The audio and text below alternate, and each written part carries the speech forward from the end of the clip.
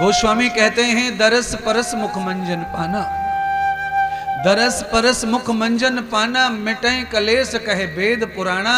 किसी तपस्वी महात्मा भगवान के स्पर्श लगने से शरीर में हमारे करोड़ों पापों का नाश हो जाता है, अनेक बीमारियां समाप्त हो जाती हैं महाराज। पर ये बात जो लोग जानते हैं मानते हैं उनके लिए ही लागू पड़ती है महाराज। महापुरुषों का स्पर्श,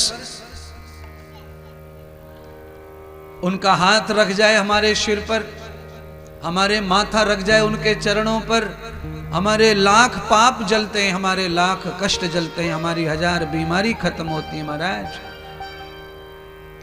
कुब्जा के कुबड़े क्यों निकले थे? तो कहते हैं ये कुब्जा त्रेता युग में मंथरा बनकर आई थी, तो भगवान को राज्य तिलक नहीं होने दिया था इसने, इसीलिए कुबड़ी बनकर राक्षस के यहाँ तिलक करती थी रोजाना दंड के रूप में।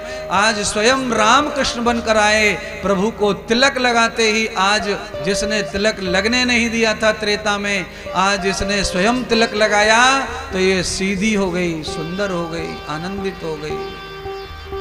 तात्पर्य क्या है?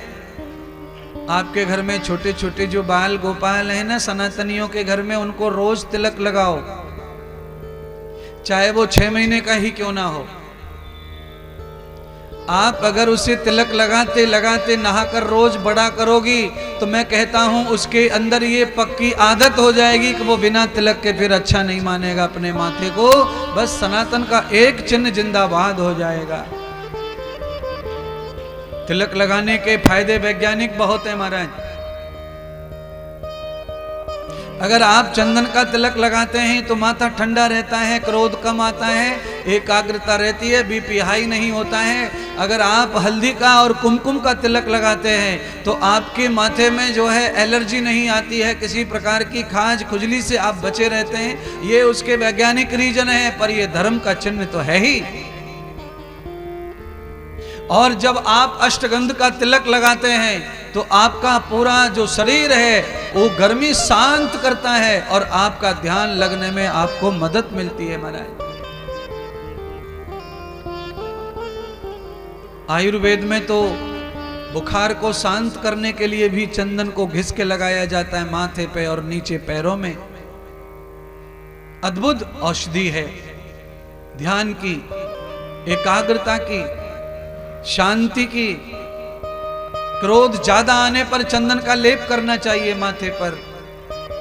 ज्यादा क्रोध आने पर चंदन की बूंद पानी में डालकर पीनी चाहिए, ये औषधि है। चंदन की बूंद, चंदन आता है, चंदन का पाक आता है, चंदन की भाप आती है, चंदन का लिक्विड आता है। 2 बूंद डालिए चंदन की महाराज पानी में, पियो, कमाल का फायदा होगा। क्रोध में, अशांति में, गर्मी से सिर में दर्द होता है, बड़ा फायदा होगा महाराज। करना चाहिए, लाभ लेना चाहिए। इसीलिए हमारे यहाँ तिलक की जो परंपरा है वो वैज्ञानिक है। वैज्ञानिक ऋषि मुनियों ने उसको विज्ञान के रूप में देखा है। आज भले ही ये चिन्ह बना हो धर्म का, मजहब का, संप्रदाय का, मत का, पंथ का, पर ये चिन्ह नहीं, ये वैज्ञानिक रीजन से लगाया गया था। धीरे धीरे चिन्ह में बदल गया तो अलग बात, रहने दीजिए। संप्रदाय मत पंथ का भी होगा, पर है सनातन का, हिंदुत्व का। इसीलिए तिलक तो माथे पर छोटा होना ही चाहिए आपकी पहचान के लिए।